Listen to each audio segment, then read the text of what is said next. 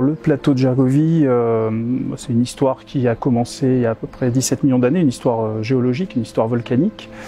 C'est une altitude de 744 mètres, une surface de 70 hectares. C'est une ville gauloise qui occupait le site il y a à peu près 2000 ans. Et puis c'est aujourd'hui à peu près 250 000 visiteurs chaque année. La bataille de Gergovie, c'est un des derniers grands événements marquants de la guerre des Gaules, donc la 7e année de la guerre. Il faut dire qu'il y a eu des années où il ne s'est pas passé grand-chose, hein. Mais à partir de l'année 53 avant Jésus-Christ, César donne un tour de vis, c'est-à-dire que lui, il a un compte à rebours, il faut qu'il finisse son mandat en 51, donc il ne peut pas laisser traîner la guerre, donc il commet des exactions de plus en plus insupportables pour les peuples gaulois, et ça va se terminer par cette année 52, qu'on a pu appeler récemment, je pense à Christian Godino, l'année terrible, hein, en référence à l'année 1871, où voilà, les choses s'accélèrent, hein, et Gergovie a une de ces grandes boucheries de cette année 52, qui va se terminer de façon assez désastreuse avec la bataille d'Alésia quelques semaines après la bataille de Gergovie, c'est-à-dire en septembre.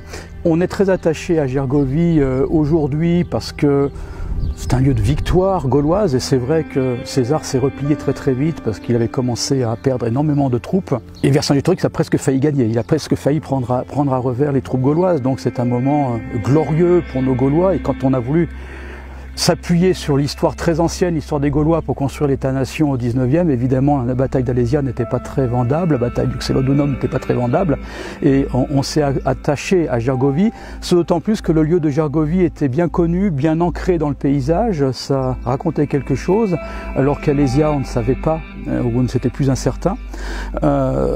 Donc Gergovie est un lieu effectivement auquel on est attaché aujourd'hui, auquel les Auvergnats sont attachés, et ça parle pour tout le monde. Et ce qui est aussi fantastique avec le plateau de Gergovie, c'est que c'est un belvédère extraordinaire. C'est un balcon sur la ville moderne, un balcon sur les Limagnes, un balcon sur la chaîne des Puys, et donc sur ce grand paysage qui est maintenant labellisé par l'UNESCO. Donc voilà, c'est pour moi ce grand belvédère sur l'histoire qui est le plateau qui est remarquable. L'histoire archéologique de Gergovie, en fait, elle démarre avec les débuts de l'archéologie finalement, puisque le premier sondage archéologique sur le plateau a eu lieu vers 1750, donc vraiment au balbutiement de l'archéologie.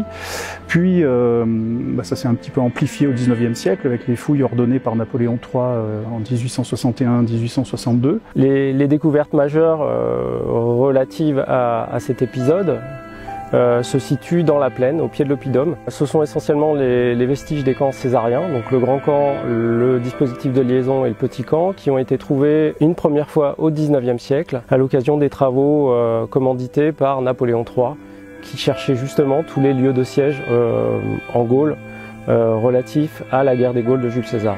Mathieu Pou a fait des fouilles de grande ampleur à Coran. Ici, sur le plateau de Gergovie, on a fouillé anciennement des éléments de maisons romaines postérieures à la conquête. Des collègues de l'Université de Vienne en Autriche ont fait une étude des remparts. Mon collègue Peter Youth s'est intéressé aux espaces publics au centre de la ville. Mais tout ça, c'est tout petit. Donc on a encore une connaissance extrêmement partielle du plateau. Il y a des ressources archéologiques extrêmement importantes qui seront jamais spectaculaires, hein, et monumentale. On peut penser aussi aux vestiges du sanctuaire gallo-romain fouillé par Magali Garcia. Donc il y a encore un potentiel énorme. Alors l'oppidum de Gergovie montre des vestiges d'occupation gauloise étendus et relativement denses. On retrouve un petit peu tout ce qui fait la ville de cette période-là, de la période gauloise, puisqu'il possède un rempart qui est situé sur son rebord extrême. Il possède des voiries, des voies d'allées aménagées, et des espaces publics, dont une vaste esplanade trouvée au centre du plateau qui fait plusieurs milliers de mètres carrés, des habitats, certainement de l'habitat privé. En termes de mise en valeur, il est évident qu'il y a déjà des choses à faire. Aujourd'hui, je dirais que presque rien n'est fait. Donc on peut raconter les remparts, mieux révéler certains éléments de murs. Les temples gallo-romains, il y a aussi des choses à faire.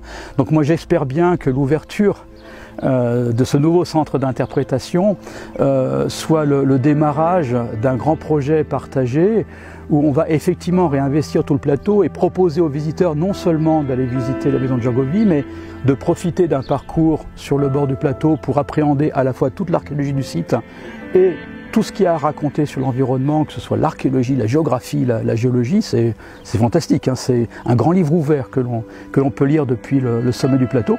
Et puis qu'après, progressivement, on arrive aussi à investir, jeter des ponts vers les autres grands sites du secteur, hein. Donc, gondole totalement méconnue le long de l'Allier, Coran où il y a déjà des mises en valeur, mais comment créer des liens. Et puis même au-delà de ça, il y a une présentation de l'archéologie régionale qui pourra avoir un retentissement international.